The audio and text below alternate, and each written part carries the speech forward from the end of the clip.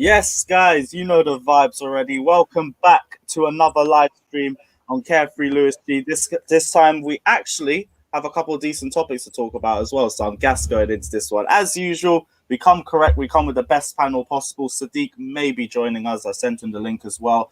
But Laurenz, first off, we're gonna chat to you, man. Last time we spoke was literally this point 24 hours. So how's the last 24 hours been for you, my guy?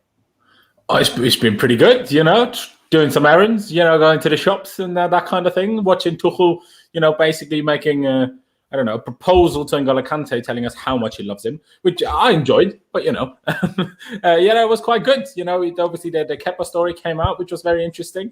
So I'm sure we have a lot to talk about. Obviously, we'll talk on my channel at 5 again as well. So I'm looking forward to it. Busy day. Yeah, busy day, even though not really too much happens in the case of normal lives because we're still struggling in the lockdown settings, but it is what it is. Craigo, lovely little background, mate. How you been? Thank you very much. I'm all right. I'm good. Yeah, just chill as ever. Yeah, chill as always, and that's exactly the sort of vibes we want to be bringing to you here. So, guys, if you haven't done it already, smash the like button, smash the subscribe button. Check out the links to Laurenz and Craigo's channels. The links are in the description below. Literally, just click their names. We'll send you straight over to their channel. And yeah, let's go in deep and let's start with the first main topic of today. And we're talking about second chances. This guy right here, man, more second chances than a fucking black cat. There's a sense that Chelsea would like to give Kepa arrizabalaga a second chance before having to make a final decision on his future. Marina Granovskaya spoke to Kepa in the summer in an effort to offer support and to try and plot a path forward. Yo, you, man. In this situation, like, we've given so many bad players barely any chance and just thrown them out the door because of how ruthless we are.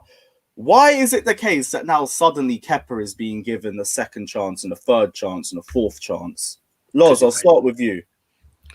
It's a weird one, isn't it? At the same time, the question is just what do they define as being given a second chance? Do you know what I mean? Like, obviously, if it comes to the case, when we play, I don't know, Newcastle, just as a random example, and we start Kepa, I personally, as much as people go on about Kepa tax and whatever, I don't think that will be the decisive factor in whether we win a game or not. And, I mean, sometimes it can be, but I think on general, when it's a goalkeeping mistakes, well, then maybe the rest of the team should have done better in the first place to avoid giving the chance away. So that's not the be-all and end-all of it. Of course, we paid 70 million for him, so it shouldn't even be a situation like that. But it just depends on what they see as, giving him a second chance. I like the guy in general. Obviously, the whole cup final thing we know was a bit dodgy. I still don't really know what to make of that. Still, to me, seemed like he was just faking an injury to play a bit of time. And then he thought Sarri was taking him off. Exactly. And then he thought Sarri was taking him off because he thought he was actually injured. And he was just trying to tell him, no, but I'm not actually injured. He could have just gone over and spoke to him. Like, it would have solved the whole situation. But anyways, it just depends on what they do and also what the plan is in the summer. Because if we're planning to buy a different goalkeeper, well, that's a bit weird then. But I guess, we're only in February. There's still plenty of games to go, whether that's in the Prem, FA Cup, hopefully, more than just tomorrow. And obviously in the Champions League, hopefully more than just the two Atletico games. So there is plenty of time to make a decision on whether we want to sign a new goalkeeper or whatever happens. Do I necessarily think Kepa deserves a second chance? Probably, or third, whatever you want to call it. Probably not. But at the end of the day, I like Mendy a lot. But when we signed Mendy, I think we all knew for a fact that we didn't sign Mendy to be our long-term goalkeeper. Like, as much as, this whole story with the similarities to Petr Cech, signing him from the same club and, not exactly that expensive and somewhat unknown at the time, the whole story fits. But it's different whether it's 2020 or 2004. That makes a big difference, especially in terms of money. So I don't think the idea was ever to like, okay, we're going to sign Mendy and he's going to be like our starting goalkeeper for the next 5 years. I don't think so. So I guess they have to make a decision on, do we stick around with Kepa and stick with those two and see whoever is better there? Or do we try to sell Kepa for anything? Because I think that's where the main issue comes from. Marina Granovskaya doesn't like losing money. If we sign someone for 70 million, she don't like selling for much under 70 million, if at all.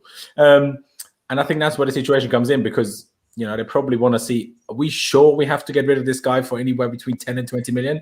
Because are we going to get more? I don't know. I don't think so.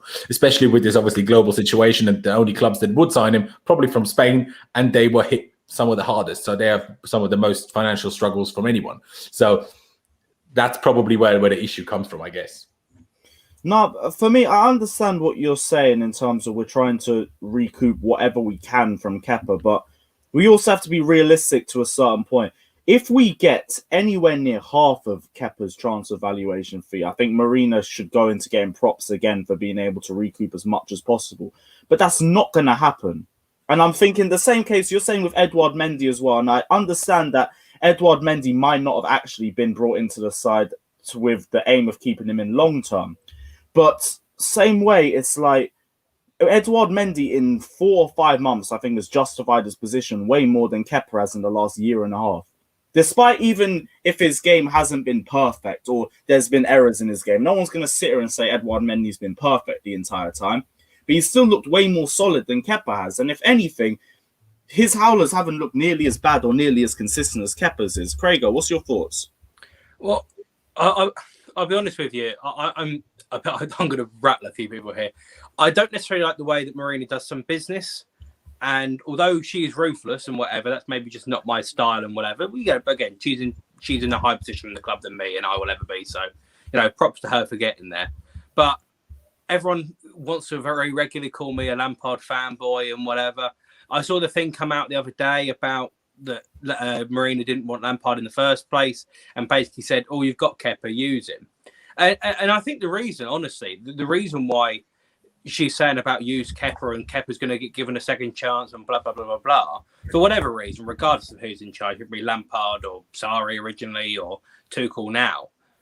I mean, it's because she spent a lot of money and she very easily, I think, got it wrong in buying him. Same thing I think she got with buying Jorginho wrong for such a high price. Good player, but not worth 55 million quid in my book. So I think the main thing for me that I'm kind of worried about is give him a second chance. Okay, fine. But for me, his second chance came last season because just before lockdown kind of happened, we played Leicester, I think it was, and Caballero played. So he already got dropped. And then he came back in after lockdown very briefly. The Liverpool game was the one that springs to mind. We got, well, I say battered. We didn't get battered. We conceded more goals than we should have, shall we say. Yeah. And he was part of that. So that's not second chance. We're now talking about third chance plus.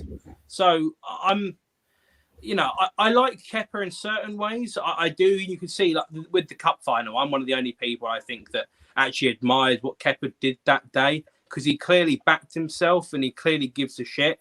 So, I mean, if David Luiz tucked away his penalty and who else missed our penalty that day? Was it Jorginho? David Luiz and Jorginho, yeah. If they both stick their penalties away, which, again, hit the target, you should be able to do as a professional footballer. Kepa's one penalty save in that shootout wins it.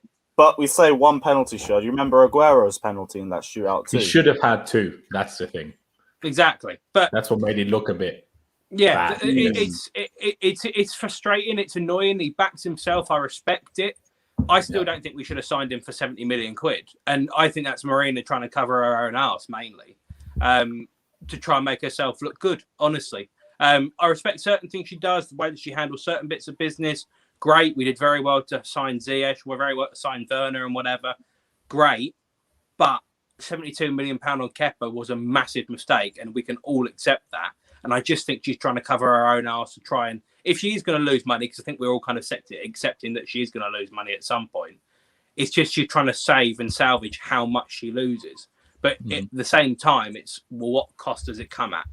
That's the thing I want to try and eradicate, because, I mean, we play Kepa all the time and then everyone goes, well, he's a first choice goalkeeper. But if he cost you 20 points a season, I don't think he would, but just that as an example, then getting 10 million more for him is not worth it.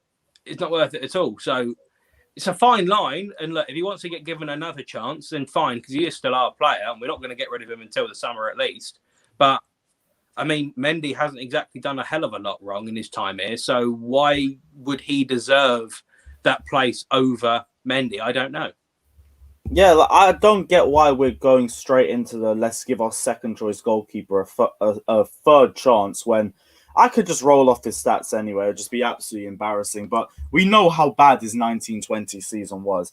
And even with the Athletics reports on him, I'm asking questions about whether he would be able to get the best out of himself. Because you remember when the Athletic came out, there was numerous, and this is even before the reports on Frank Lampard's potential sacking was coming up, where there was questions on Kepa's attitude in the training ground, saying that he was usually really hard to take advice, like he would literally just never be able to take any negative criticism about his game and would just keep mainly focused on to what he thought was best for himself. And that's cool and all, but you also got to have the form to justify it. Like, worst save percentage in Premier League history in an entire season. 8% of our Premier League goals in our entire history has been conceded in the last 2 seasons under Kepa when he was in goal. Like, there's got to be a point where you have to start realizing maybe you're the problem yourself. And maybe if Kepa was more open to taking that criticism, I would understand it a bit more. If I'm hearing numerous reports saying he can't take any criticism on his own play, it's like, how are you going to be able to get the best out of a player who isn't going to be able to change, Laurenz? Now, that's interesting, though, because you say that, and I agree, we heard those reports, but then Matt Law's article, which Simon Phillips quoted there earlier, did actually say that nobody at the club, nor Kepa or his camp, shall we say, was actually trying to find excuses for his poor performances. So it's weird. There is different kind of reports coming out all over the shop. The same as try to find different kinds of excuses. No, not trying to find any excuses for his poor performances, as in accepting he's been poor. No, I wouldn't say that in the case of not accepting it. It's just a case of not taking it in and not actually doing something about it. That's the key difference in the both. You can take it and just maybe not be so argumentative about it, but it still doesn't mean it actually sinks in, if you get what I mean. Yeah. I mean, I'm not a goalkeeper. I don't really know what you can do to stop making mistakes as a goalkeeper. Like, what do you do? If he trains well every day, which everyone claims he does, what more can he do? Claims really? He does. But do you remember when the rumours about Petr Cech coming in as our 4th choice keeper was coming out, and Mark Schwarzer said he was outperforming both Kepa and Caballero in training? Yeah, well, that's just because Cech is that good, and Kepa is as bad as he is. Yeah, maybe but also Cech hasn't been playing in over a year and a half at that point. Yeah. No, I'm not trying to find any excuses for Kepa. I'm just saying maybe he's just not better than that. Like, if we were sat at Chelsea and were trying as hard as we bloody could, we'd still not be as good as some of our midfielders. Do you know what I mean? Like, obviously, that's a really extreme example. I'm not saying Kepa is like as if any of us were playing, but that's all I'm trying to say. Okay. I do want to ask you guys as well, just before we quickly move on. If we're talking about a case of second string goalkeeper, and do you lot think it's a case where we still need to go out for a goalkeeper in the summer anyway? Because I'm now hearing a few people saying Edouard Mendy might be as best for us as a second option if you want to go out and get a proper world-class goalkeeper. But then would it be the case? What would be the case with Kepa then? Are we going to try and play him in cup games to try and maybe see if there's a team that will take him out on loan for the season? Iain? 72 million quid for a third choice goalkeeper. No, if we get another goalkeeper, like Kepa's going to be gone anyway. It's just going to be a case of if it's permanent or on loan. I don't know if you saw the reports yesterday, but apparently AC Milan are trying to offer Donnarumma a new contract. Apparently they're trying to build it up. It came out at the same time as the Tomori stuff where they said they want to try and get him, but on a cut price deal and whatever. I wouldn't be surprised. Yeah. They're trying to offer Donnarumma a new contract. So I think the main reason why Chelsea were linked with the new goalkeeper is because one of Donnarumma's caliber was going to be available. If he signs a new contract, he's not available. I don't personally at the moment look at the current situation in world football and think there is a really good goalkeeper there that wants to move away from whatever club he's at. Wants to be pulled away. There's not one at a lower club that should be going and get brought. And The one I really like, and I still stand by it, is Pope. I think he's a great goalkeeper. But are they going to sell to Premier League? I don't know. I think he could be there for a while. Again, also, he's England #1, I think, at the moment, rather than Pickford. If he has a really good Euros, he could be worth a fortune. So many different variables. But I think the main thing about with Kepa, I think they're a little bit more accepting that the Donnarumma thing isn't going to happen, and I think that we're going to be trying to keep the same 2 goalkeepers. What order they'll be in, first choice, second choice, is a different matter. I think we can all probably accept that Caballero is going to be off at the end of the year. Probably, or he just takes 4th choice. I think with Caballero, he's just more accepting that he's barely going to play. It's like the Rob Green role. Yeah, exactly. And also as well, he is older, so I mean, there is other stuff he can do. He basically turns into a coach at times, and maybe does that for his career. I don't know. But replace Hilario. Willy Caballero to replace Hilario. I'd be a fan. That would be amazing. That would be amazing. I keep seeing this guy on Facebook as well, on the Chelsea Memorabilia group, that he's got all these match-worn shirts, and he keeps showing this Hilario one. I was just like, do you want it? Really? Would you want to keep it? You're paying that to keep that in storage? No chance. But I think, I think we're going to ride. I think we're going to ride with the same two goalkeepers. I like Mendy. I don't think he's perfect, but when we paid, how much did we pay? 18, 20 million, something like that for him. Yeah, it's not that bad. And again, if we could go and sign someone like, for me, I love Nick Pope. I think he's a really good goalkeeper. Gets a chance elsewhere, then it would be great.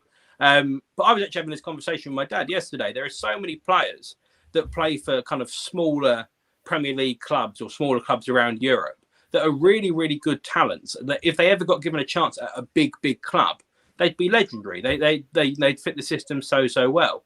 Goalkeepers, exactly the same thing. You look at someone like Mendy, from what he was when he was at, oh my God, where was he? Rennes? Was it Rennes? Yeah. When he was at Rennes, does enough, great. Come to Chelsea, he's had some really good performances. Had the odd moment here and there, but again, I think that's defensive issues as well, where things haven't been as concrete as we'd have liked.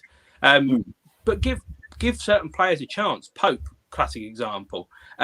Pickford, to be fair to him as well, he looks a lot different this year when he's at Everton, but it's actually got a decent team around him, fitting in a Europa League quality team, compared to when he was at Sunderland, when he was the best player, but wasn't really ever going to make the grade elsewhere. So I think one thing I would say for Chelsea is not only about goalkeepers, but just in general, is not to be scared to go and sign some of these players that are from lesser clubs, rather than buying these players that are all going to be world beaters. And that's what we did wrong with Kepa. We signed him for 72 million quid and thought, this is going to be the guy that answers all our problems. And it didn't happen. Where at least with Mendy, we go, this isn't the guy that's going to solve all our problems, but he's going to do all right for us. And we can start to build and look elsewhere, and hopefully he gets a little bit better in time to come. But for 20 million, the risk is worth taking. And that can be the same with a lot of keepers around the world as well. That's why the Donnarumma thing was so interesting, because there was no transfer fee. So you could have paid the high wage and gone, sod it, let's give him a go.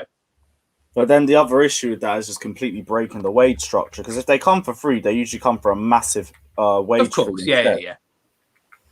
I do want to say, last question before we do move on. Kepa, how far would he have to go to actually start giving you confidence in him as a potential first choice goalkeeper? If we really are going to try and push this, let's give Kepa a fourth chance thing.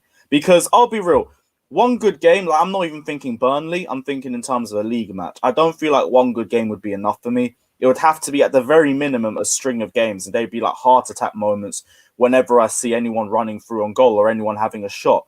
The first thing, as a bare minimum, that save percentage has to go up. Because my biggest positive with Kepa this season so far is I've seen him catch the ball a few times against Morecambe, and we kept a clean sheet in that match.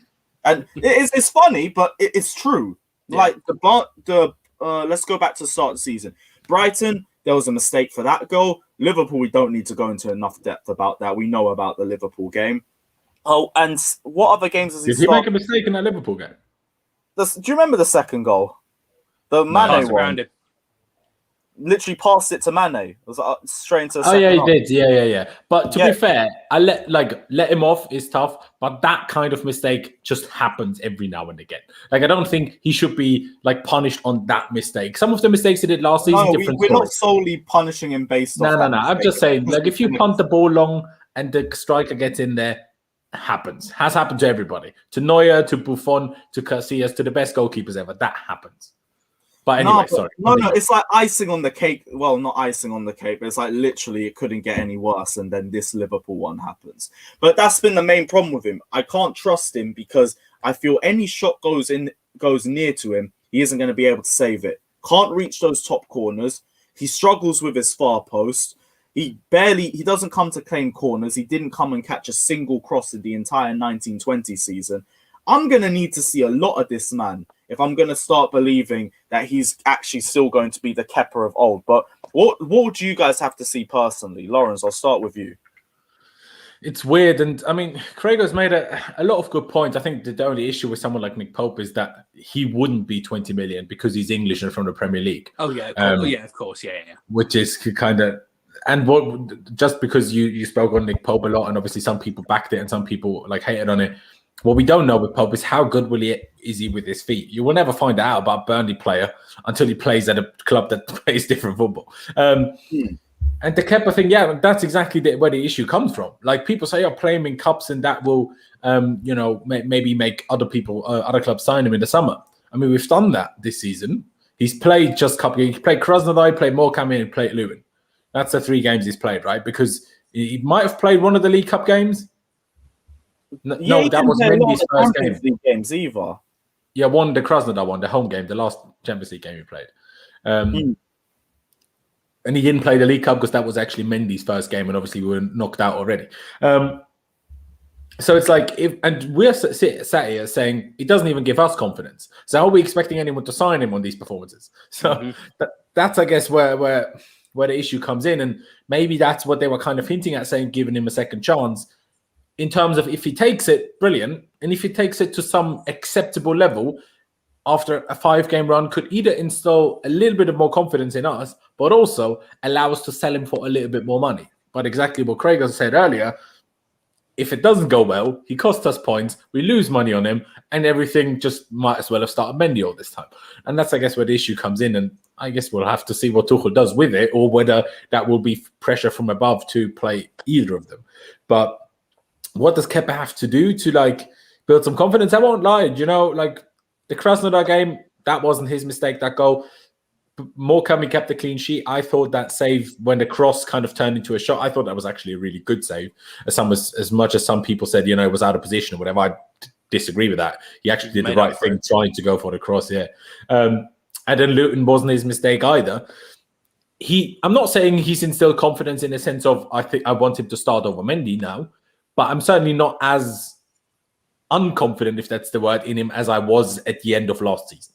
So a little bit it's gone up just because it's been 3 games where he's done decent. But it's just not to a level where I'm like, okay, start him in the Premier League, to be honest. I do want to say before we move on, because I've just realised the whole comment section has been arguing over my ethnicity for the last 20 minutes. It's been a madness. Where is, what's his name?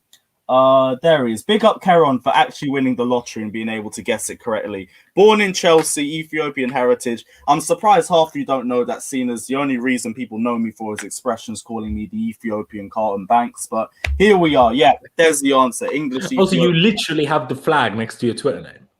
Yeah, I don't get how people still think I'm from Somalia, fucking Bangladesh, clearly Sri Lanka, India. I don't. Maybe it's just because I've let my hair grow a bit too much. It is what it is. But Craigo, chat to me as well. We're gonna go into this. Kepa, what would Kepa have to do to actually give you confidence? How long would it take for you to get to that point? Generally, and I mean this, I don't think I'll ever have Kepa confidence again. That sounds really bad, but honestly, it's true. For what we've had, I just see clangor after clangor after clangor after clangor. And if it happens at one big moment, especially for the rest of the season, we've got a lot of big games because of how poor we've had the last 2 months, or how poor we've been for the last kind of month and a half, 2 months, whatever. We have to make up for it. So for me, Kepa ain't playing. The argument is it'll probably play in the game tomorrow night or whatever, because it's a League 2 opposite. Are they League 2? I think they're League 2, aren't they? No, really?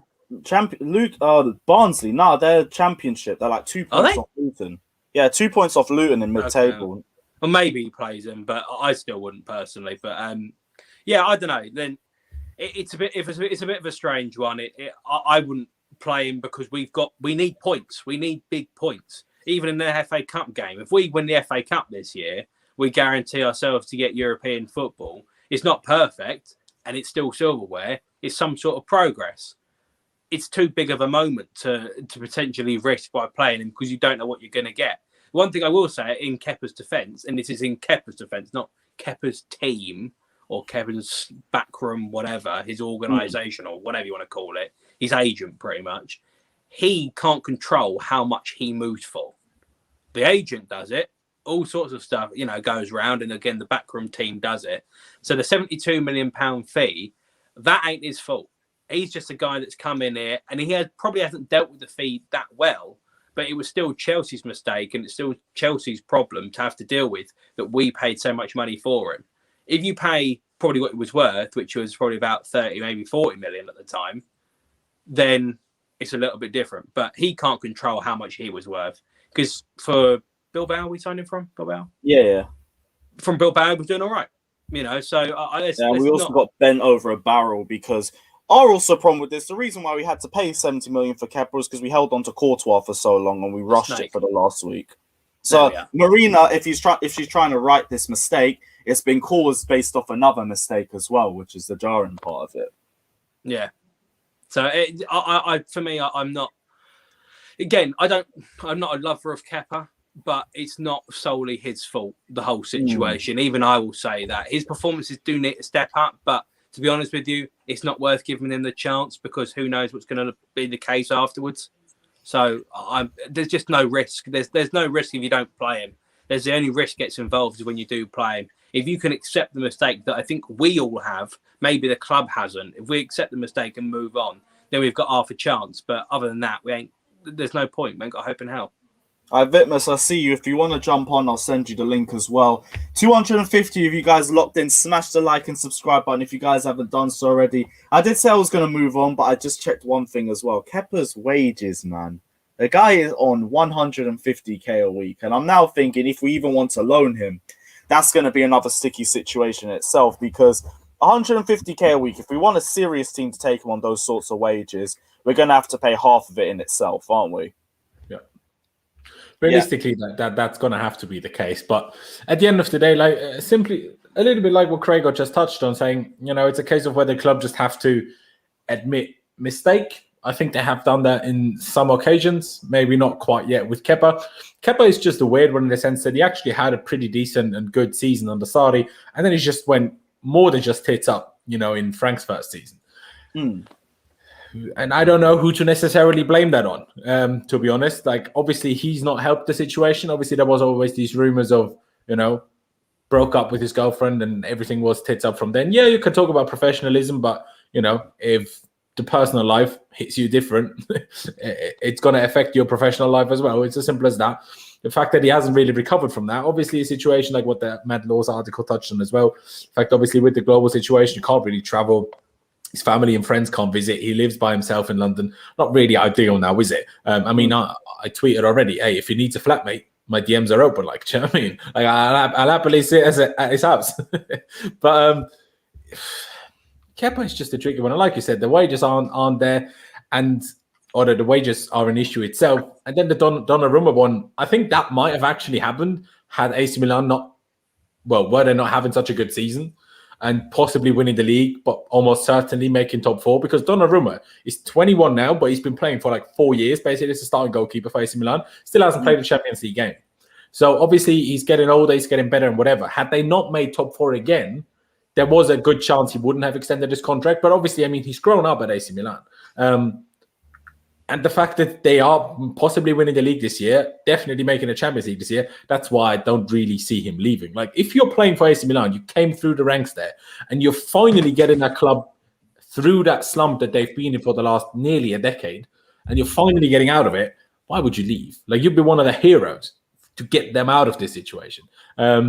Obviously, who knows what he wants and whether Milan can afford the kind of wages he would like, and especially his Mr. Agent Mino Raiola wants. That is a different scenario, but I think the club just needs to give up on Kepa long term. Like, play him against Barnsley, play him, if we get lucky with the next draw, play him there as well. But other than that, you just wouldn't play him. Like, the goalkeeper isn't a position where you need rest, so it's not a situation of, play Mendy in the Champions League and Kepa the Prem game after. No, it don't work like that. Like Craig said, because obviously until before Tuchel came in, the performances and the results rather have been so poor. We and Tuchel said it as well in one of his press conferences. We have 17 cup finals nearly, not maybe quite that harsh, but near enough. And then we can't afford to just play Kepas to try and vibe around. Like, that's not the situation we're in, and I think the club just need to accept that and take Yao. And at the end of the day, just try to find a loan club somewhere, pay half of the wages if you need to, and then if he plays well there, you will find someone that buys him anyway.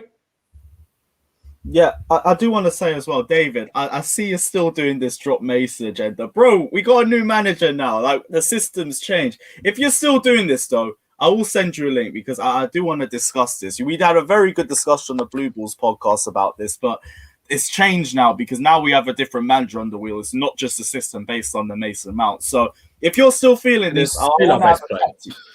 Yeah, I want to chat to you about this one still. So if you want to talk about, we'll send you the link. We'll have a good discussion. But I also wanted to look at this as well because we touched on this in yesterday's video about the defensive system and what defenders could be coming in, what defenders could be potentially coming out. Ian, we didn't really speak to you about this. The strongest rumours we're hearing right now are, if I'm correct, Upamecano to Chelsea, potentially Varane, but that's more of a potential and also hoping a little bit. And with that in mind, and also with in mind the amount of centre-backs that we already have rolled onto a club, 5 already, including Tomori and Sarr and Mbuyamba as well. Who do you want to see come in, and who do you potentially want to see come out in the summer as well? That could be a permanent deal, it could be a loan deal as well. It's a lot to go through, but let's just hear your thoughts. Oh, you're going to hate me, Lewis. You're going to say Christensen. Are you going to say James Tarkowski? Right. No, well, God, no. Thanks for jumping on, my guy, but we'll chat to you soon. Go on, talk to me, man. I don't have 100% faith in all the centre backs we have. We are really lacking a number one centre back, a real number one, and we've got it with Thiago Silva, but he's 36, and you can't do it every game. You know, regardless of how well he keeps his body and all this stuff, can't do it every game.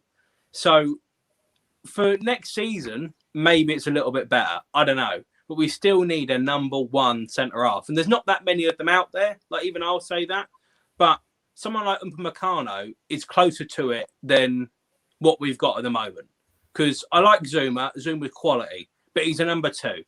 He's a number 2 centre-back. Rudiger, I like him. He's a number 2 centre-back.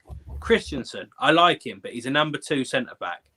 And I think Tomori is a little bit different because obviously he's so young. You can't assume him to be number 1, number 2, whatever so far. But those 3, I look at all of them and think they are number 2 centre halves.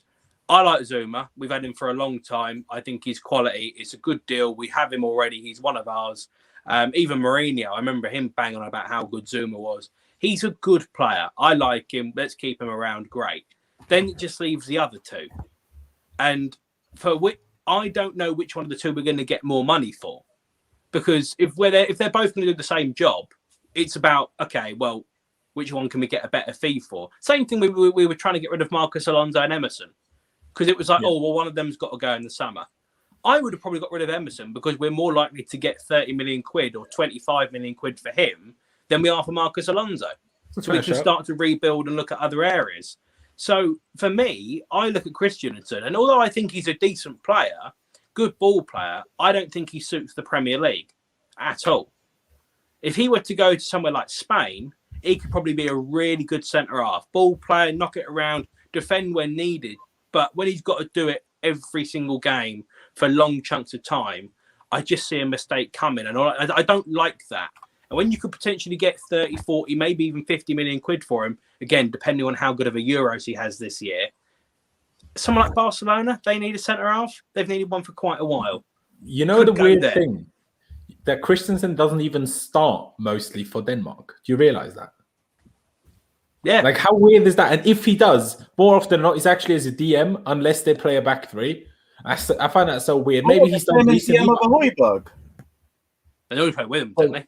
Play a 4-2-3-1, I guess. Oh, okay, so it's together. I was about to say that's beautiful prop. Okay, cool. Now, I mean, maybe this has changed in the last few international breaks. I didn't really check on it like at the end of 2020, but I remember, you know, when I did back in the day, I always did a international roundup, whatever, and always checked on who played and whatever. And very often, and more often than not, Christensen either didn't play or played as in the end than as a centre back over Kier and some dude that played for Brentford in the Championship. Which I always found very confusing. And whenever I said it's really weird, people in the comments had a go at me saying, just because in the Championship doesn't mean he's a bad player. I'm like, yeah, but it kind of does. not you're awful. Snapped him up.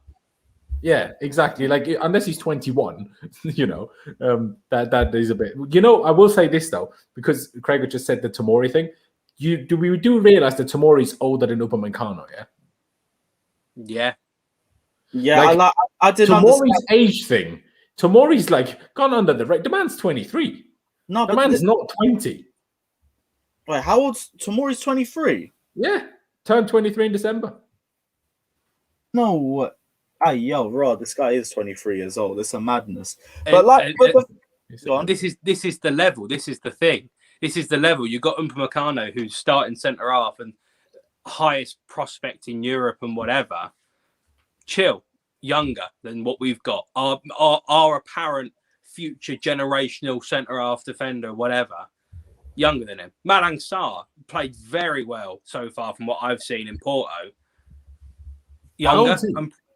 But with Malang Sarr, he hasn't. I've actually just checked this out because we found this on Sadiq's stream. He ain't started a game for a month for them. He ain't even been on the bench. Is he injured then? Do you know if he's injured? No, he's not been. I haven't heard anything about him being injured. But even when he was on the bench, he was still on the bench and he wasn't starting. Yeah, okay. I look at what Chelsea have done with the youth approach for centre halves, which I get completely because again we had John Terry, one of our probably our best ever youth product, manages to take us all the way to the promised land and whatever.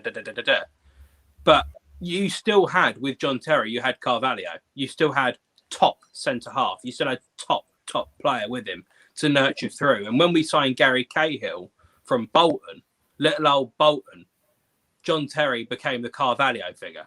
And that was how that relationship worked. It was experience and youth, experience and youth, experience and youth.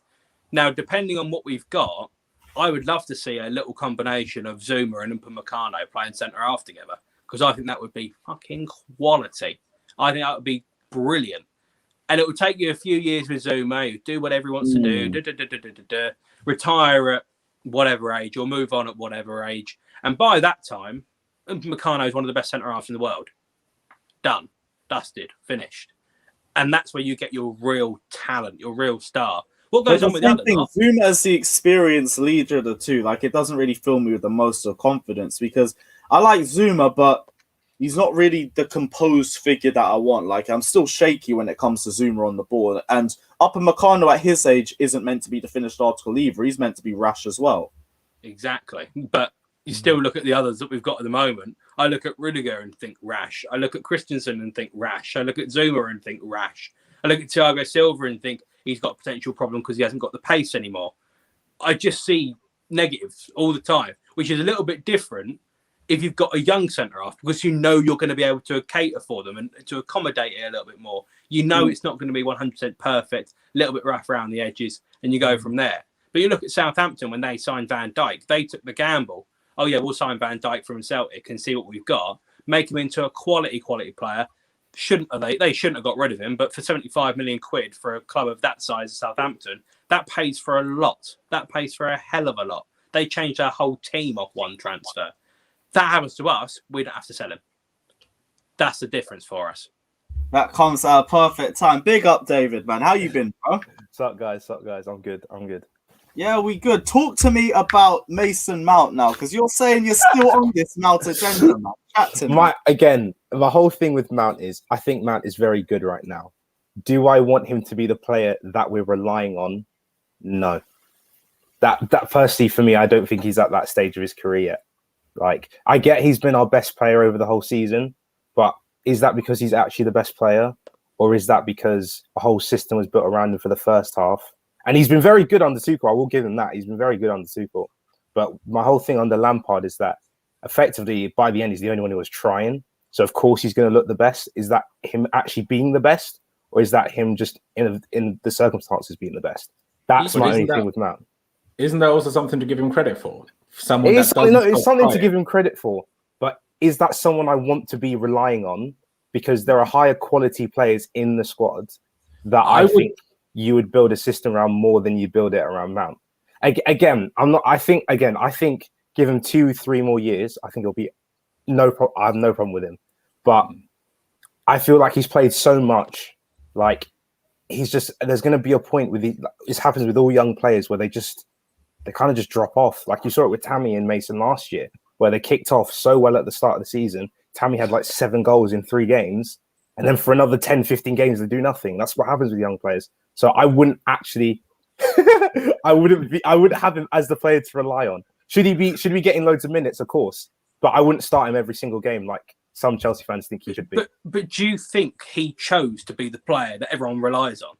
No, of course not. Exactly. So he's just putting decent performance after decent performance, and you're saying that the system was built around him, which maybe that's fair enough. I don't know, but he also played right and left wing and still had decent performances. Not perfect, but decent performances. Put in a shift. See, this is the difference between someone like Mason Mount and a world class, ready to go N'Golo Kante. Let's use that as an example. You want to build a system around N'Golo Kante? That's fine. How old's Kante? 29, 28, 29? Yeah, around that. I think 29. Mason Mount's 22. And do you think that N'Golo Kante, when he has been in, granted he has had a few injuries this season, do you think N'Golo Kante has had as much of an impact as Mason Mount has? What, this season? No. Yeah, I think even if I was to do my player of the season right now, it would be between Mount and Thiago Silva. It's between those two for me personally. That's fair. So that's how I would see it. But I'd edge it more towards Thiago Silva simply because I'm not one of these people that, again, if you know me, like, you're not gonna like this. I'm not the biggest fan of the youth as well. Like, there are some youth players that I think are good, but Chelsea fans have this thing where like every youth is the next one, and I'm like, some of them just aren't good enough. Like Loftus-Cheek, everyone's talking about what a fantastic season he's having at Fulham. No. Don't be hating on Ruben. I'm not having it. I'm not having it. All I'm saying, he hasn't registered a goal or an assist in the Premier League this season. I'm sorry. That's when I look at Fulham. When I look at Fulham, I'm more impressed by Lookman. I'm more impressed by Ongisa. I'm more impressed by Areola in goal. I'm more impressed by Robertson at fullback. Like, if you're going to a team like Fulham, you should be the one where I'm like, you're the guy. And for me, if you can't even be the guy at Fulham, you don't warrant being at Chelsea. But he is the guy at Fulham for the last 3 weeks, to be fair. Is he though? Yeah, he is. It's more if you watch them, he is. Everyone's making out that he is, but I would agree with this. I like him. Yeah, but you hate on Ruben as well. All these Ruben. I do like him. I do like him. But when he went to Palace, massive impact. Fair play. Give credit where it's due. When he went to Palace, end of the season, did really well. End up getting an England setup. Do I look at him now with the Euros coming around? Of course, with another opportunity for him to get an England setup. Do I look at him and think you're getting in? No, I don't. Not at all. And that's not necessarily because we've had other players that have come up and beaten him to the polls and beaten him to the right. What's the word I'm looking for? To the position, I suppose. But he just hasn't had the impact that he had when he was elsewhere. And I like Loftus-Cheek, I do. But when he's got injury problems and he's got this, that, and the other, if Chelsea parted ways with him, I wouldn't like it really, but it would make a hell of a lot of sense. And that's the case with a few of the youngsters. I have the same thing. Like Ross Barkley's one of those where it's like Ross can do a job, but I don't think he's really needed. He's not going to win the league for you. Exactly. Again, going back to the youth, like I think Billy Gilmour is excellent, but this thing of Billy Gilmour should start over Jorginho, I cannot get behind that. Mark Gahey at Swansea is having a great season, but do I want him coming back to Chelsea next year? No. Because I don't think he's going to get any minutes. He's going to end up being like Tomori. I think Tomori's loan thing is the right thing for him. If he wants to go to AC Milan and stay there, I would have no issue with that at all. Because he wants to go out and play football. That's what every footballer wants to do. So I have no problem with that. And I can see exactly why Tomori was effectively our fifth centre-back when he was at Chelsea. Because when you're in a squad, obviously we know Rudiger's got a massive sway in there, whether you like it or not. Christensen is a youth player just as much as Tomori is. Mm-hmm. And then Zuma and Thiago Silva were the two guys. So I didn't see a massive pour with Tomori not being there. That my favourite youth player is actually Andrin, but I'm not advocating for Andrin to be started week in, week out. I think he's a really good player, but it's just not the time. And that's with most of our youth players. And I'm just one of those people where it's like, if you're good enough, you'll play. If you're not good enough, well, you're not going to play. And then Mason's a bit in the middle where I'm like, he should play. Mason's playing. So he should. I very much agree. And you know what? The past 2 performances, I thought he was excellent. I wouldn't have given him man of the match in the last game. I mean, in the game before, I thought I'd given it to Jorginho because he scored the winning penalty as well. But last game, Timo Werner or Mason Mount, I was like, give it to either. I don't mind. He's definitely been putting in the performances. But again, I'm just worried about Mason playing, again, what's he doing in the next 10, 15, 20? Because again, for me, when I look at Foden, who's been used sparingly, not playing every single game, I think he's had a better season overall. I look at Grealish and Maddison, both two older players, and I think their levels are above him. Honestly, I do. Like, I don't know if I'd agree that Foden's had a better year overall. The difference between Foden and Mount is Foden's surrounded by world-class talent in every single position. They've got a system, they've got Premier League winners written all over in Man City. We can all accept that. Every single position, they look at it and go, that's world-class, that's world-class, that's world-class. And we're not exactly the same. We've got certain positions that are. But you look at Gundogan at the moment, I think we can all probably agree in terms of centre midfielder, he's right up there as the best in the league. Right up there as the best in the league. I don't look at Kovacic and Jorginho and think, yeah, you're better than him. So that's really, personally, George, I'm a massive fan of Jorginho. I've always said that Jorginho, if you play George to his strengths, he's one of the best midfielders. But at what cost does that come? That's the question. That's the same thing you're saying about Mason Mount. That is the one. You play meeting me strengths with your fucking quality. I'd be great. We all sit back and we just hold up front. The thing is, the difference again. The league by it. The difference between Tuchel and Lampard is that I can see a lot more with what Tuchel's trying to do. It's only been 3 weeks. I can see it already. Again, if people know that I'm part German, so I have a massive, like, Tuchel's my guy. Like, he is my guy. So, ironically, I am wearing a Dutch kit, but... I was going to say, your German heritage is not going to appreciate that one. Yeah, I love Tuchel. I can already see what he's trying to do. And Jorginho being in that system makes perfect sense. The 3 centre-backs, I don't think that's going to last. I think we'll probably go back into a back 4. But honestly, Jorginho is one of my guys. I love him. Absolutely love him. This conversation has been very confusing to me because at the same time, you've said a lot of things that made a lot of sense. And then you've also said things like slating Mason Mount for things that I'm like, oh, that's not his fault. I do agree with the sentiment that he shouldn't play quite as much as he did on the Frank. He shouldn't start 10, 15 games in a row, but not because he isn't good enough to do it, but because that will ruin him. Like it ruined Wayne Rooney. I don't want that to happen to him. And the whole thing, he was the only one that was trying. I say, as a Chelsea fan in particular, I think, thank God, we finally have a player that doesn't stop trying just because things aren't well. Because under every single manager in the last 10 years, 90% of the players just stopped trying when they didn't fancy it anymore. And that's how we consistently have these shite seasons every now and again. And we need to start being a club that is in and around the top every year. We don't need to win the league every year, but we need to be around it every year. We can't have a random season where we 40 points off coming 5th under Conte or coming 10th and being 1 point off the relegation zone. Sarri did a good job and Frank did a good job, but realistically, we were still too far off the top. Obviously, that wasn't individually their fault. That was like what happened before that caused that. But still, we need to stop this. And things that stop that is players that don't stop trying. And you don't always have to be the very, very best player. Frank Lampard was not the very most talented player in all of England, in all of Chelsea, but he's still our greatest ever player. And that's what you get from someone like Mason Mount. He isn't technically the best player. He isn't technically as good as Ruben Loftus-Cheek. He isn't technically as good as Callum Hudson-Odoi. Ruben has the injuries against him. Callum Hudson-Odoi, not saying he doesn't try as hard, but he's not. It's not Mason Mount. And Mason has 2 things for him: never gets injured and doesn't stop trying. And as a footballer, I'm not saying you need 11 of that, and I'm not saying he needs to be your star man. But one of your players, 2, 3 of your players being like that is exactly what any successful team needs. And it doesn't matter who you are, whether it's Kevin De Bruyne doesn't stop bloody trying. Yeah, he's a different level to Mason Mount. Fully agree. But he still brings that character to it as well. You have it at Liverpool. Their bloody team is like that. That's the reason why they were as successful as they were the last 3 years. And while we're gassing us up here for winning a Europa League and finishing 4th, they're Champions League finals, Champions League winners, Premier League winners. We haven't been past the Champions League round of 16 since the 13-14 season. And I'm not saying more Mason Mount is what we need to solve that issue. Not at all. And I don't think Tuchel or Lampard maybe, but I'm not saying Tuchel is trying to build a team around Mason Mount. No, but he's making Mason Mount one of the part of the team. I think people need to stop this whole idea of saying we're building a team around an individual player. People shouldn't be doing that anyway.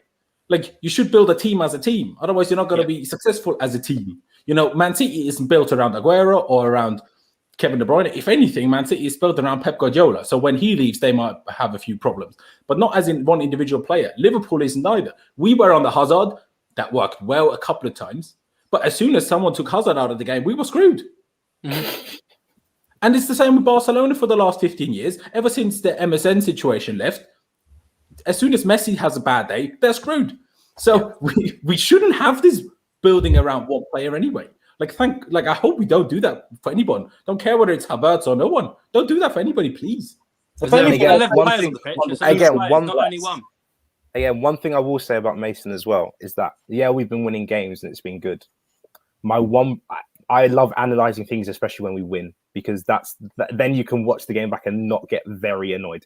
The creativity up front, is that a personnel thing, or is that we haven't had enough time to learn the patterns yet? I'm going to keep my powder dry on that, but I'm looking at it thinking, I'm a big XG person. Our XG has dropped. Like, our expected goals have dropped quite a lot recently. Like, under Lampard, they were very good. Like, normally they were very good compared to the other teams. Right now, it's like teams are barely getting a goal against us, but we're only managing to create 1 XG or 2 XG, which isn't exactly ideal, especially against like teams like Sheffield. But it'll be interesting to see. It'll be very interesting to see what happens with more time and so on. But that comes from because you've only got 3 players up front who apparently went to the creative side. Maybe add some wing backs into the equation as well. But before, when you're playing in Lampard's system, you've got the 2 fullbacks who are going to get forward and help out as well. Someone you could aim for in the middle, like whether it be Tammy, Giroud, whoever. Werner was playing on the left-hand side.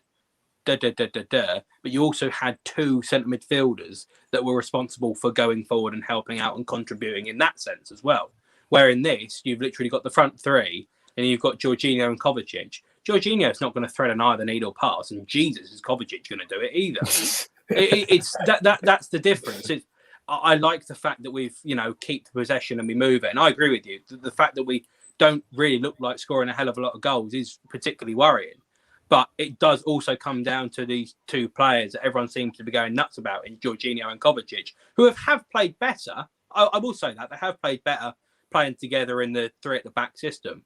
But I still don't look at them and think, you're going to break this down. Because we had every single bit of the ball against Wolves, and all it took was that one Fabregas-like pass, and we'd have been in.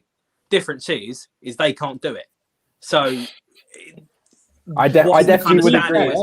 Kovacic played exactly that ball against Sheffield, and Werner bottled the chance. No, I'm not saying it doesn't happen at all. Completely, I'm not saying it doesn't happen at all. But when teams sit really, really deep, really deep, we've got to struggle to break them down. Where with Sheffield, to be fair, they did come out and try and play against us a little bit more. But against Wolves and teams could really realise how we are going to play. And we play, obviously, tomorrow night. If they sit back and defend against us, we are probably good enough to go and break them down or whatever. But we played them back in, was it October time? September, October? September. It was like one of the first, straight after the Liverpool game, I think. Havertz got the hat-trick. We smacked them 6-0. We absolutely mullered them. But part of that comes from the fact that they were like, well, fuck it, we might as well go for it because we're going out at the moment. Yeah, that was a bit of a game, to be honest. They gave us a few scary moments, a couple, but a few. But again, the second we went 2-0, 3-0 up, they went, well, we've got to go for it. We ain't got a choice now. And that's where the floodgates started to open. To be honest with you, 6-0, depending on when the goals went in and whatever, I can't actually remember off the top of my head, maybe we should have had more. But that's a different matter. That's a different occasion. Tomorrow night's game, if they want to come and park the bus and sit back against us and go, oh, we'll just sit here and you've got to try and break us down, we could be in a lot of shit, We really could be in a lot of shit. And it's going to take a Jorginho, Kovacic, I don't know if they're going to play, of course, or not, but it's going to take a player like that to be able to thread one pass to win the game for us, put it on a plate for someone or shoot from distance. And I don't look at either one of those 2 and think, you're going to do that. That's the problem I've got with those 2. That's why Ziyech's hopefully going to play. Yeah. And hopefully Havertz will be fit as well. I think Havertz will play. I'm a massive Havertz and Werner. All the hate they get, I'm the Barry. I'm against it, bro. I can't have it. I'm like, give these guys some time. One thing I will say with all credit to you is you are German. And I am. So we have this probably a little bit of bias towards our own players, which I do get. But I want them to both do well. I do want them to both do well, and I'd love to see Havertz play tomorrow. I generally would. It's so funny how I'm so between both of you guys' opinion on pretty much everything you two say. Because I hate on Werner all the bloody man. Exactly. I'm going to be all of the bloody time. As much as he was good against Sheffield United, fair play. But I usually hate on him all of the bloody time while I give every excuse I can possibly think of for Kai Havertz. And the whole we don't create enough. Part of that is, let's be honest, we'll play it back three, right? But also Mason Mount, he's been playing as one of the front three, or whether it's as a 10 or as a wide 10. That's not actually his best position. When Frank was here, every fan was complaining, he's not playing his best position, and he's not playing his best position. Yeah, Mount isn't currently playing his best position either. Yep. But look at him making it work, unlike Timo Werner when he played on the left wing. Not saying he played he's, creating as much as he maybe should in the final third, but you also have to take into consideration that Mount hasn't played that high up the pitch for 7-8 months. So you can't really expect him to be perfect at that all the time. And to be fair, he did set Werner up for 2 very good chances against Spurs, and Werner just didn't take them. But so that is one thing for the Mount thing. But also, if we play them as a 6 pairing, Kovacic and Jorginho, I don't think it's either of theirs responsibilities to really break the opponent down. That's not really the job of any number 6. To break the opponent down. They're not meant to play this.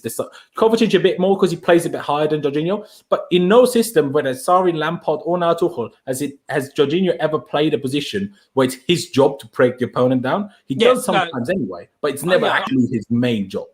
I'm not saying it is his fault, 100% solely his fault. But we've had players like Matic who previously have been able to bang one from distance and it fly to the top corner or gets a rebound off the keeper or something like that. Yeah. We've had Fabregas as well, who you could kind of argue is a 6. He wanted to play a little bit higher up as well. But again, in the 6 role that he did play eventually for us. Same thing. He's going to make that crucial pass. You need to have some sort of double threat, whether it be a long shot or whether it be breaking someone down. I don't see either Kovacic or Jorginho having either one of those two, which is why I do worry about them playing them together. Because, it's very obvious where we're going to attack. We're going to try and walk the ball into the net. We haven't got someone who's going to bang one from outside of the box, which is what I actually liked about Mason Mount playing deeper. Because I did look at him and got 25 yards away from goal. And I'm thinking, he could hit this. And that makes the other team think, well, who are we going to mark? Are we going to go to the ball or are we going to go for the wide option? We're going to stay where we are. You have to present opportunities for the defence to make mistakes. And it's very easy to play against when you know that you're not going to get a shot being banged from distance. Because you just go, great, I'll just sit here then and mark him because I'm already doing that really comfortably. You have to have that dual threat. That deep, again, midfield, that deeper midfield role is one position I would try to improve, but it's not at the top of the list. Obviously, I think a goalkeeper is needed. I think another centre-back is needed. And I think a second striker is needed. Because clearly Werner's not the one on his own. Hopefully it's that guy from one of my favorite clubs in Germany that I will not say because I don't want to jinx it, but hopefully it's him. I know you're on about. You know who I'm on about. We all on the same page at that one. I think that big blonde fella. Yeah, that big blonde fella over there. That guy, I want him. Those two up front it'd be mental. But again, I think a natural DM is more needed though because that's been the biggest issue I've seen for us throughout this season. We've just tried to fill in that place with players that can do it, but it's more dependent on the team that we're playing. N'Golo Kante's worked when we've been facing a team that sits deep and doesn't really threaten him too much. Jorginho would have been good against the pressing side, but I don't feel like the system worked for him anyway, which is why he kept getting so isolated whenever we played in that position, which is why that's been the biggest hole for me in this entire season because we don't have anyone who fits that profile of DM, which is why we struggle aerially, we struggle physically sometimes. And that's why natural DM for me is the number 1 place that we do need to improve. It's going to be another summer of just trying to fill in the little holes that we have in the squad, but it's nowhere near as big as it was last summer. Yeah, that's right. Ironically, Declan Rice might if you were to think of Declan Rice's attributes, you'd be like, that's exactly what we need. Yep. Is it worth 60 million though? 50, 60 million? No, it's not worth. There are many players out there that you could do. If we didn't let Declan Rice go as a 16-year-old, we would have already signed him for God knows how much West Ham wanted from us. That's the only reason why we haven't signed him. Academy. Yep. because Yeah, the club don't want to look like arrogant mugs. on their part, which is why they didn't want to do it. It's like, no way are we spying our own player back for 80 million. You think anyone will take it seriously in negotiations again? But Exactly. but Conte wanted Lukaku, and we could have gone on, and we had a reasonable team the year after we won the league. Conte wanted Lukaku. How much was Lukaku going to cost though from Everton? I think it was 50, 60 million. Yeah, how much was his fee from Everton? Because I thought it was cheaper than that. I'm going to check. No, now. I'm pretty sure it was that, like but that is a little like bit different to 67. you know, Declan Rice joining us at the age of like 8. Yeah, of and course. leaving Yeah, at 16. I'm not saying it's not saying it's exactly the same, but it's still the buying back of a 75 player. million. Yeah, I was right. going to say it's close to 70 mil. Yeah, But Yeah. again, if you could have genuinely, I mean, now you look at Lukaku and what he's doing in Italy, and hasn't been there necessarily as great the last couple of weeks and whatever. But you look at him last season in Europa League campaign when they got all the way to the. You get the final? Yeah, they did get to the final. Yeah, final. Yeah, I lost the got to final. He was brilliant. He was superb, and that's what Conte and Lukaku as a system could have done. You know, I understand why we didn't do it because they don't want to look like mugs. I get it, but sometimes you do have to bite the bullet. Sometimes you do have to go, do you know what? Actually, you made a mistake there. Let's go and get this play because it works better for us rather than having the whole humiliation thing. Because with Kevin De Bruyne, classic example, we'd have brought him back from Wolfsburg, was it? yeah, Wolfsburg. Yeah, Wolfsburg. If we'd have brought him back from Wolfsburg, we wouldn't be sitting here now going, oh, fucking hell, look what he's doing at Man City. Jesus, we had this, and then we're getting bantered all the time. If we'd have brought him back, not saying it was necessarily something we were looking for at the time, but it would have stopped all of that shit from happening again. It would have stopped all of that stuff. Sometimes you've got to bite the bullet. And I don't think Chelsea do it enough, actually, in terms of they do it with really big signings. They do it with really safe options. Havertz, 72 million quid. Safe option because you know that in 4 years' time, if it don't work out, he's still going to be worth that money. Fine. Kepa's the one where they bit the bullet and it didn't work out for them.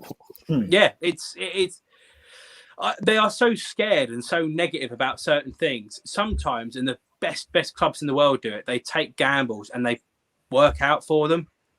They don't. I don't think Chelsea do it enough. And it was also the same thing going back to the youth players. Marina didn't want too many youth players in the team at the same time, which is why Tomori didn't get a look in. Yeah. If they'd have bitten the bullet and gone, do you know what? Tomori is actually a really good fucking player. Play him. Go and play him. See what he can do. We could have had a top centre half on our books ready to go. And we my argument again with Tomori is, was he? I get it. I know he's a youth player, so on. So people have biased views. And again, one thing about my views compared to your views, you go match every week. I've gone 7 matches in my whole life, and they've all been away. I'm not going matches every week at the moment, but yeah. No, well, obviously not now, obviously. Yeah, but like, you're a match going fan every week. I look at things more like analytically because I barely ever go to the games anyway. Yeah. So, but my thing with Tomori was, he's not better than Thiago Silva and he's not better than Zuma. No. Is he better than Rudiger? I know people don't like Rudiger, but in the broad light of day, he's not better than Rudiger overall. Like, I think he might have been, but again, if given the chance, and that's something we'll never know. If given the chance, but again, are you willing? Again, it's this whole thing of upside. It's like, are you willing to forego having Rudiger in your squad to hope that Tomori is going to be that guy? I don't think Tomori showed enough to warrant that trust. I don't think he did. I don't know. He had a couple of good games. He had and a few others as well. But Rudiger can have a couple of good games. You saw Christensen last game. We didn't pay 30 million quid. We've always said it. We've always said it. Put Christensen in the back 3. Guy's a different player because he's got more support around him. Put him in the back 2, though. God, I do not want to see him there. Same thing with David Luiz. Same thing with Marcus Alonso. Left back, leave him back. Left back, let's not put Marcus Alonso. He should not even be on bench because he sees that position. He does something stupid. Wing back, though. That's one of the best wing backs in the world. One of the best wing backs in the world. It's again this whole thing of, again, if I'm Marina, I'm selling Emerson this summer because Chilwell's the best left back, Alonso's the best wing back, Emerson's second in both. Like, it doesn't make sense for me to keep him because then I've got 2 options there and it's more tactical, more fluid, and so on. There are so many things, and our squad is quite bloated, to be fair. There are so many players where you go, is it worth me keeping this player, or do I say I've got to trust in what I've bought in from the past? And again, like said, we bought in Rudiger. Like, Tomori, you can sell off with 30 mil. There's probably some form of buyback in there if you really don't like some mental guy like with Tariq Lamptey. Like, there is a buyback in there. But like, is it worth me getting rid of this older player who's got this massive sway in the squad to bring in this young kid? And often the answer is no. Unfortunately, like, unless the youth player is genuinely like whoa, he's got to be in there. Like I remember when Kevin De Bruyne came in the squad, and I was like, wow, that guy there, keep him 100%. I remember it. I was like, keep that guy. But when we sold him, I was like, you know what? I can see exactly why. Then we definitely should have brought him back. Definitely at Wolfsburg, he was fantastic, but we didn't. I can see why we didn't, but again, at the end, it turns to the wrong decision. My argument to that would be is how many of our youth players have we sold, and how many of them, as a percentage, have actually turned up good? Because the only ones I can think of are Lukaku, Kevin De Bruyne, and Mo Salah out of 3. Those are 3. How many others have we sold off and it's gone? Well, they didn't do anything. Charlie Colquitt's off in Ostersund. I mean, you could say Matic. We just signed him back ourselves. Yeah. Yeah, but yeah, exactly. That's when we did bite the bullet on, and it was ultimately it was worth it. And then I feel like we got rid of him at the right time, because if you keep him another year, his performances would have dropped as they have done at Man United compared to when he was at Chelsea. His price isn't the same, and is that 10 mil drop off in valuation worth that extra year? Probably not for a DM. Yeah, and also 21 million to re-sign isn't 80 million by a long shot. That's a big quarter. Yeah. That's only 1/4 of it. So, but also to be fair, that was before Neymar and the inflation that happened with that. So, Neymar, there was massive inflation, but same way there was still big transfer fees before. That. It just was nowhere near this bad. Like I'd say Declan Rice in that period, maybe if we're going back 5 years ago, he might be half that now. That's probably the only difference through the Neymar transfer thing. As a final question, just before we wrap this one up, I do want to get you guys basic thoughts on who you lot want to see start against Barnsley. We're not going to go too deep into predictions and, do you lot think we're going to beat Barnsley? Because, come on, it's Barnsley. But who do you guys want to see start? What do you guys want to see going into this game? Laurenz, I'll start with you. Who do I want to see start against Barnsley? It's an interesting one, because obviously I do want some rotation. Thomas Tuchel also made it sound like there will be quite a bit of rotation. So I would like to see Billy Gilmore start, just because if we chose to not loan him out, we need to give him at least games like this. Otherwise, why didn't we loan him out? I want Hakim Ziyech to start. We don't know at this point, because he didn't ignore the question, but he kind of forgot to answer the question, Tuchel, because that's when journalists ask 2 questions in one. That's what you risk, that the manager doesn't answer the first one. We don't know Havertz's fitness situation. So if he is fit, I hope he starts as well. I hope some players get a rest. I hope Zuma starts. I guess Kepa. But other than that, I don't really mind. I do hope we play a back 4, not a back 3. That's what I hope. More than anything. We've only got 3 fit centre backs at this point now, don't we? Mm-hmm. Yeah, as I said, don't make us sense for us to play a back 3. I don't think we're going to do that anyway. Craigo, what about you? Who do you want to see start? I don't want to see Kepa start. I think it's. I don't think it's worth it. Just play Mendy. Just play Mendy, because if we play well enough and we do go and smash them, then Mendy's not going to be worth that much anyway. And as we said earlier, Laurenz, you don't have. It's not a position that you need to rest. Again, if you make 2 saves all game, okay, chill. So you just stood out in the cold for 90 minutes. Nice, okay. But that's about it. So I don't want to see Kepa play. I want to see Mendy play in goal. Back 4, I'd agree with as well. Probably would rest Dave and play Reece James as more of a solid right back, just because, again, back 3, Dave, whatever, not worth the risk. Could potentially play Emerson, because, Tuchel's played a lot of people that he just wants to kind of get a vibe for and get a real feel for, and Emerson's the one that hasn't been given a chance yet. So I'd play Emerson, because I think he's good enough and whatever. Again, no point of risking Chilwell. Maybe he does, because it kind of gets him a little bit more of a confidence boost. Havertz, if he's fit, I'd still like to see Werner play, because I want to see him score goals, and this is a good opportunity for him to score goals. I love Mason Mount. Fucking rest him, please. For God's sake, rest him. Even I will say rest him. But other than that, yeah, I don't think we're going to play a midfield 2 of the pivot and whatever. Let's get Billy Gilmore in. Sod it. Why not? Yeah, David, you as well. Any names that we haven't specifically said you guys want to see, or is there any different opinions you got? I want to see Andrin on the bench at least. I was hoping you'd say him. I want to see Andrin on the bench, because I'd start him. I'd back it. Start him. Start. You see, this is the difference between me and you. You're like, you get him in. Go for it. Let's go. Me, I'm just like, I would have. Let's give him 30 minutes. When it's 3-0, we can give him 30 minutes. That's fine. I'm cool with that. Yeah, I'd get Andrin in. yeah, as you said, Billy Gilmore should come in. I do think Kepa should start just to keep him on side more than anything. But I think Tammy should start this game as well. I'd rest Werner. I think Tammy should start. I agree. Kind of a championship baller, suits his level. So another hat-trick stat pad against the champions. I'd love to see that. Real final question though, because someone was asking me this a lot, and they wanted me to drop it on, and they dropped it to me on Twitter as well. Pan Africa wants to ask, why do we have to play to Jorginho's strengths and don't play to Mason Mount's strengths? It was specifically to you, David, as well. I do want to say, partly my point on that is we did play to Mason Mount's strengths under Frank Lampard, and look at the end result for that, especially in the last 8 games. But David, go on, it's your question. One thing I will give Mason Mount, the guy is very versatile. So, like, he's a lot more versatile than Jorginho. That's one reason. Jorginho has quality, but he's a very, like, this guy is bought for that manager. That manager's now gone, and he's still here. So it's kind of tough for him to adjust to that. That's why, 1, you should play to Jorginho's strengths. 2, I think overall, he gives your team a lot more stability. Like, I'm not sure if you guys seen the stat, but like, the other team complete a third less of the passes until we interfere with the ball than under Lampard. So effectively, other teams can't really build up attacks against us while we concede so little goals.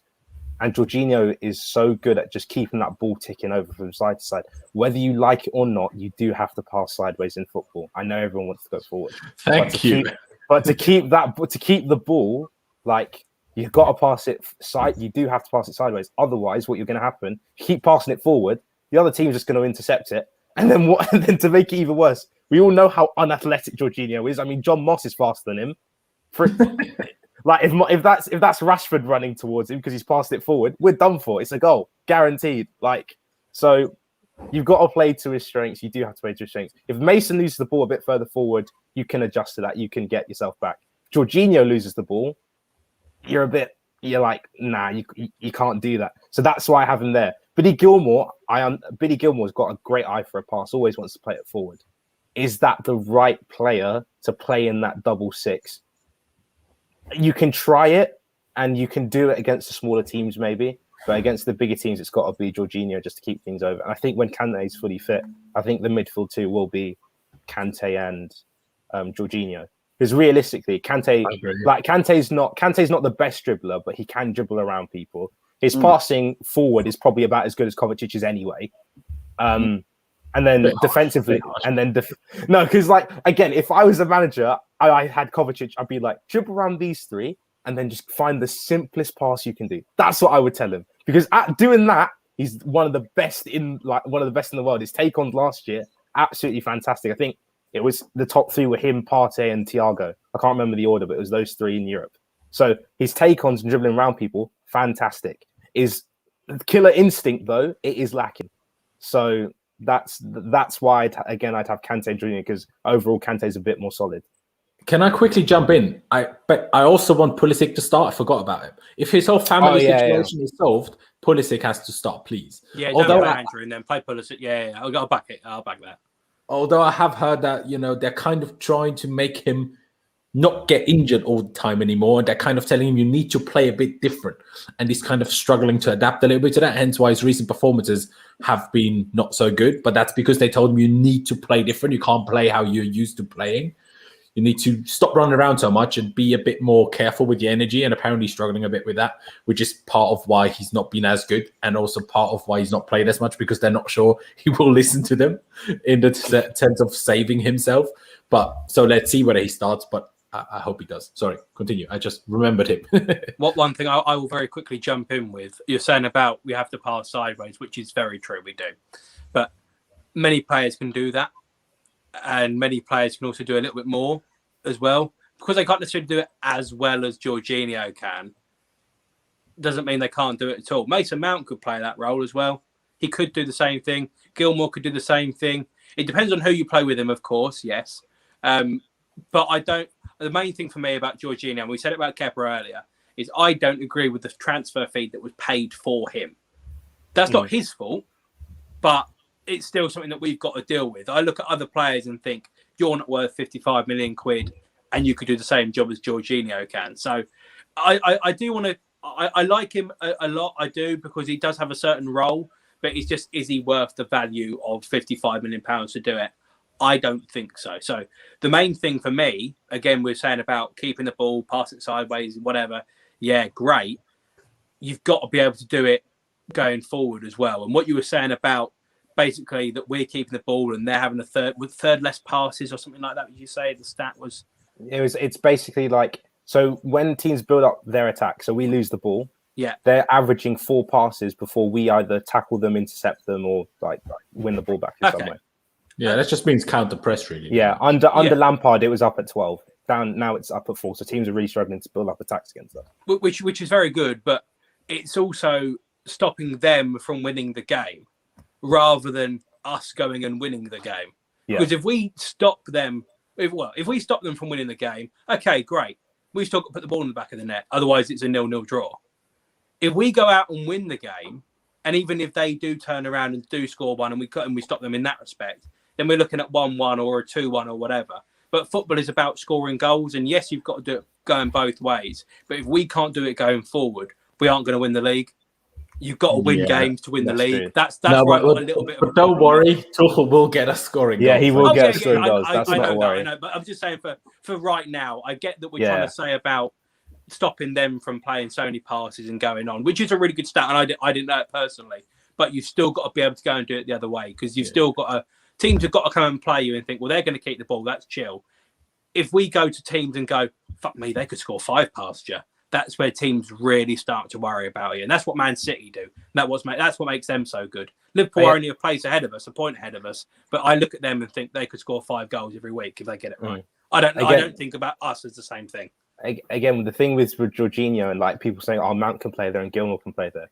The thing is with those two is that they do have the ability to get around the pitch and like play these fancy forward passes and do these flicks and tricks. The thing is, Jorginho knows what he is. He knows I am the best at going this way, to giving this pass, and when I do that, go back into my position and sit in, because that's all he can. Again, John Moss is faster than him, so he knows like he cannot be rushing forward because I don't have the ability to do that because I won't be able to get back. That's why I think he's so crucial. He's literally just like an anchor, just holds it there. Also on the flip side of that, the other team also knows.